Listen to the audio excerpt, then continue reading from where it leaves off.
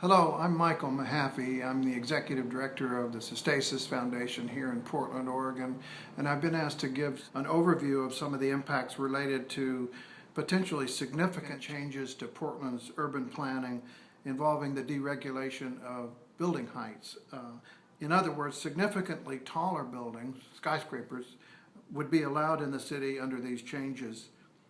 First, a bit about Cystasis. We were created as part of the Hurricane Katrina recovery planning in New Orleans to give neighborhoods the tools and the information they needed to be able to plan a more resilient, livable future. We do research, we develop new planning tools, and we investigate particular issues that are of concern to residents, and we advocate where it's appropriate on particular issues that might be of concern. And one of those has been about the impact of new tall buildings and skyscrapers. And there's a lot of research on that topic and some reasons to be quite concerned about the wave of global real estate development that is changing the character of many cities around the world, and that includes many new tall buildings. A few years ago, we were asked by a group in Paris, France, called SOS Paris, to conduct a fact-finding tour looking into that city's plans to build a number of new tall buildings within the historic core of the city.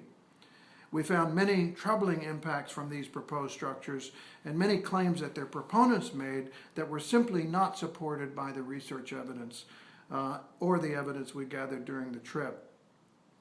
Now it seems that there are some plans to raise building heights here in our own hometown of Portland as part of the new West Quadrant Plan, the comprehensive planning for the city. And in fact, many of the same issues have arisen again here. So this time I speak both as a researcher for Cystasis Foundation and as a resident and a stakeholder. I'm a resident of Goose Hollow and a member of the Goose Hollow Foothills League. So in both of those capacities, I'd like to share some of the concerns I have about the new proposal.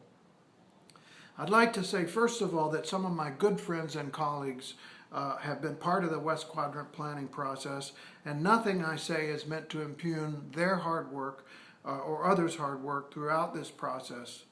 Nor do I want to malign those who need to make a living in architecture and urban development, as I do myself. At the same time, we do rely on a system of checks and balances to challenge one another and to keep ourselves accountable to larger civic goals and to the public.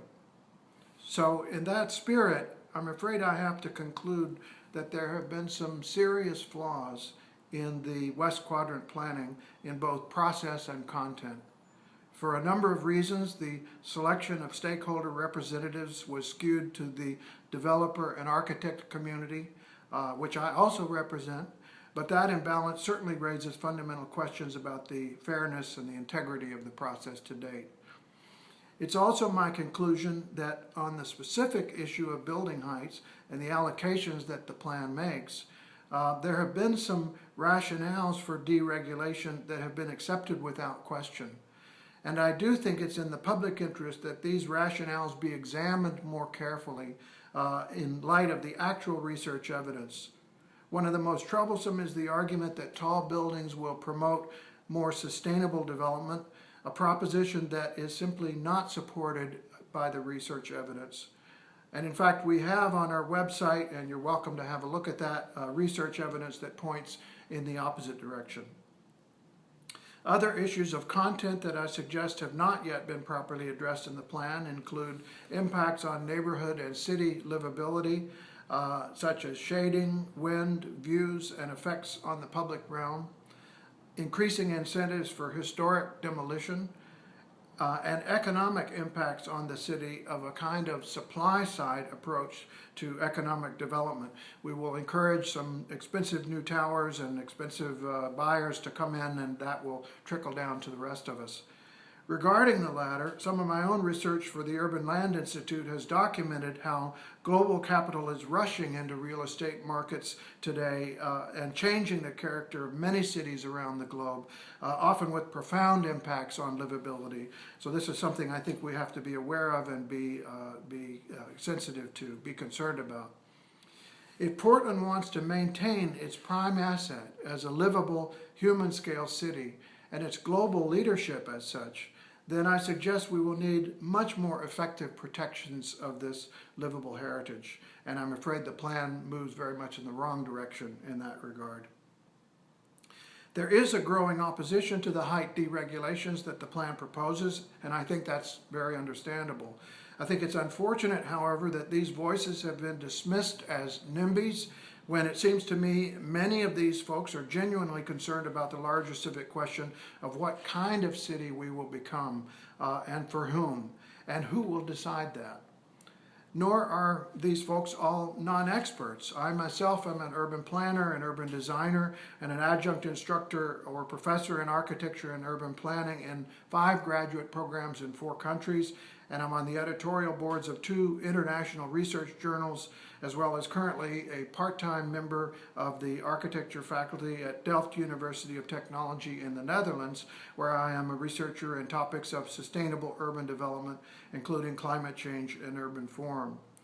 Our colleague Patrick Condon, who's a professor at the University of British Columbia and a resident of Vancouver, has also sent a letter that is available also on our website that speaks to some of the cautionary lessons from that city, which is often held in high regard by planners here. So I think we do need to take those lessons to heart. As I said, I think there is abundant evidence in the research to point out serious concerns with tall buildings and serious flaws in the way the current plan marches forward to implementation without a full consideration of these issues.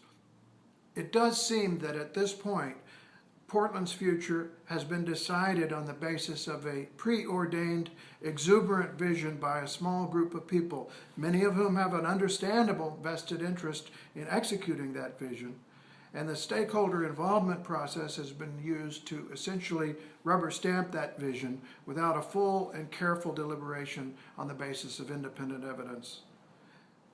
So I think it's urgent that concerned citizens speak out for the livable heritage of the city and its neighborhoods, and speak out for a more careful examination of these issues with regard to the West Quadrant Plan specifically, and I would urge those of you watching to do so. Thank you.